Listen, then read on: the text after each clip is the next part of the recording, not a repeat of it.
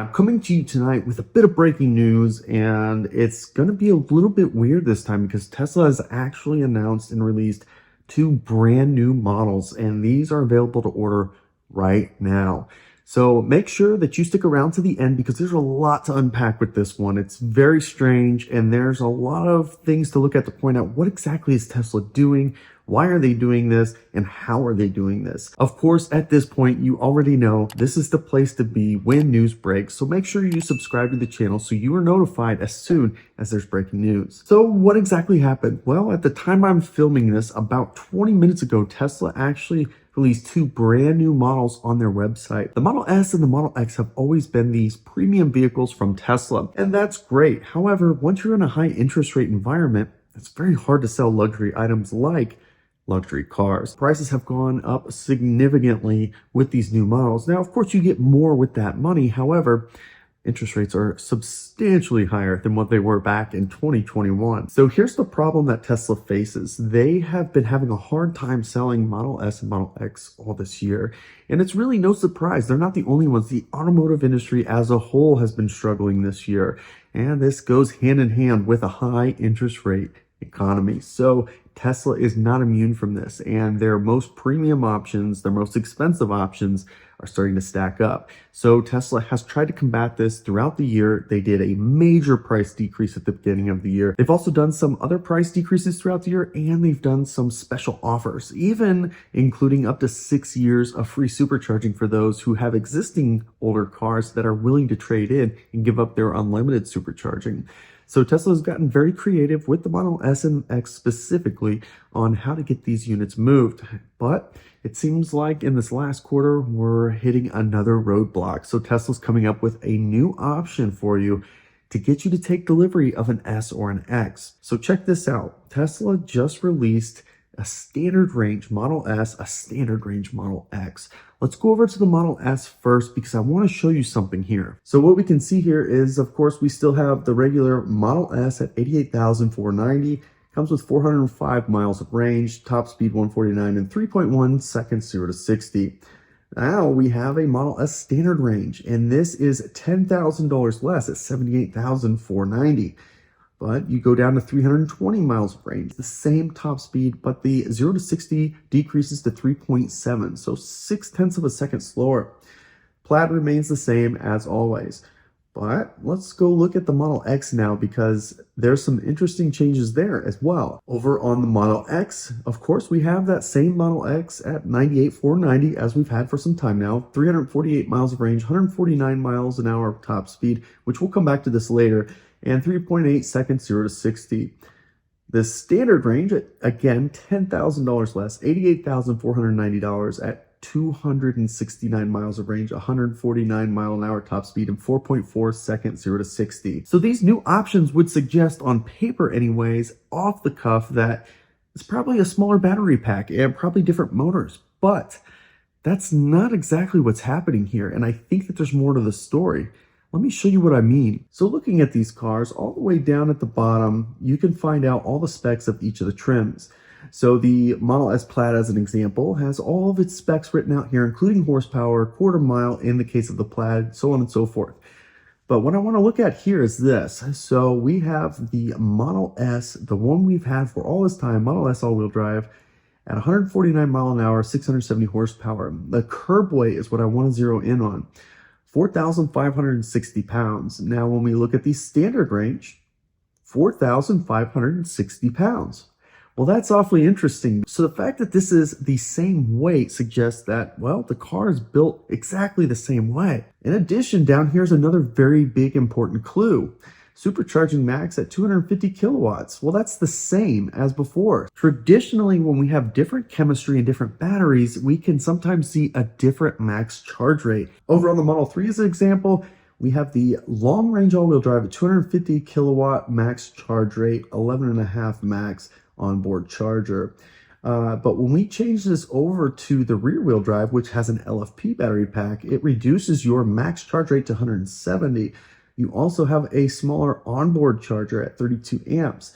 Now, what's also interesting here is we can see the weight, 3,862 pounds versus 4,034. Now, of course, this is dual motor versus single motor, which is not the case in the Model S. So there's some differences there as well. But the point is, chemistry itself will make an impact. And I'll show you that again here on the Model Y. So we have the long range Model Y here, 250 kilowatt max charge rate.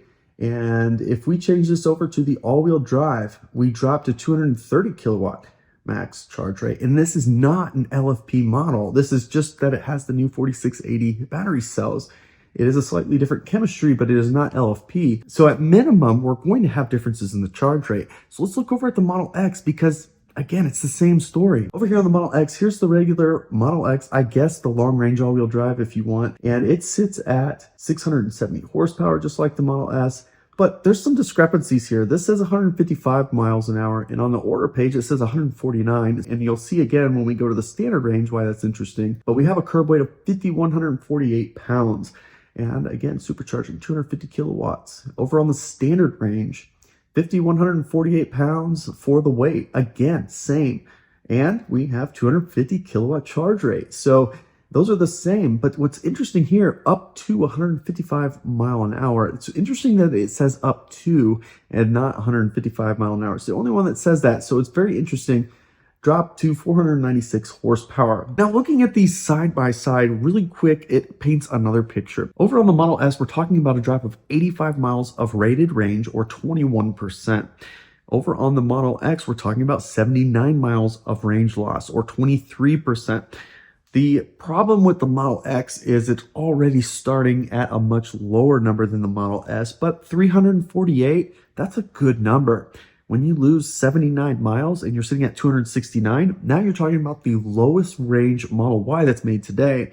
That would be fine if it was in a different price point, but this is still a ton of money. $88,490, you're still $8,500 too expensive to be able to hit that tax credit. Being a bit over 300 miles, I think, is definitely the bottom of the threshold for what consumers expect today. So 269 miles is really, I mean, that's even less than a standard equipped all-wheel drive Model Y. If you get the Gemini wheels, 279 miles is what your range is. So this is officially now the lowest range SUV that Tesla makes, which is really fascinating to think about it that way. So what does this all point back to? And I think that this is the telltale sign. When you put all of this together, what has Tesla actually done? And is it a good thing or is it a bad thing? What I believe Tesla has done here is a simple software lock. They have done this in the past. Back when the Model S had several trims like the 75, the 85, the 100, they actually introduced a 60 version. So it had a much smaller capacity and range was obviously less. And this version was basically just a software locked version of the S75. So it had the same battery pack as the 75, but it was limited. And in that particular case, they did allow a software unlock later, but they've also done this without offering a software unlock at a future date. What's really happening here is Tesla's lowering the price of the Model X without directly lowering the price of the Model X. They're under a lot of heat for every little change that they've made this year in the downward direction. It has been hit negatively on the stock price. By doing this, introducing a new model, they're actually able to lower prices without officially lowering the price. So offering this limited version definitely helps them to move some existing inventory. One other thing I want to show you that is really interesting to look at when you're talking about this is the inventory. Over here on Tesla Info, a site I really like using, I get a lot of my information here, but the Model S inventory is a little over 1,300 and about 2,700 Model X's here in North America. And looking at this graphically, this is where things get really interesting. So if we get rid of the Model 3, the Model Y, we can see what's happening. Since the beginning of this year, inventory is absolutely ballooning. And at the end of every quarter, they seem to offer something new and it helps to bring down some of that inventory, but it just balloons right back up. If we look at these individually, it's even more clear what's happening. Model X inventory is at the highest levels it's been all year. And the same is the case with the Model S. We're in the highest levels of inventory that we've seen in the Model S this year. So something has to be done. And Tesla has decided in this case to offer a new trim at a lower price point to unofficially lower the price of the Model S and X. Will they offer a software update in the future? I think it's highly unlikely. I guess it's possible, but don't plan on buying this and getting additional range in the future if you're going to do that. Also, being $88,490 instead of $79,490, the Model X is still not qualified for the tax credit. And if it did qualify for the tax credit, Tesla would actually probably start selling a lot more Model X's. Demand would be much higher for the Model X and could potentially impact the Model Y sales. So that car, they don't really want to cannibalize that. And I don't see them continuing to push down this direction. But I do think this is a smart move. They're able to lower prices without impacting the outward look. In reality, they just want to move inventory. Sitting inventory, aging inventory, it's got to go. Put a software lock on it, sell it for $10,000 cheaper that you want to lower prices anyways. And it's a win-win for everybody, seemingly. So that's what Tesla has done here. It's really interesting to see. What do you think? Is this a good move by Tesla or is this a big mistake? Let me know in the comments what your thoughts are on this. And if you want to know more about the new refresh Model X, be sure to check out my video up here of our 2023 refresh Model X. Hopefully you enjoyed this video and I'm looking forward to reading your comments. I'll catch you next time.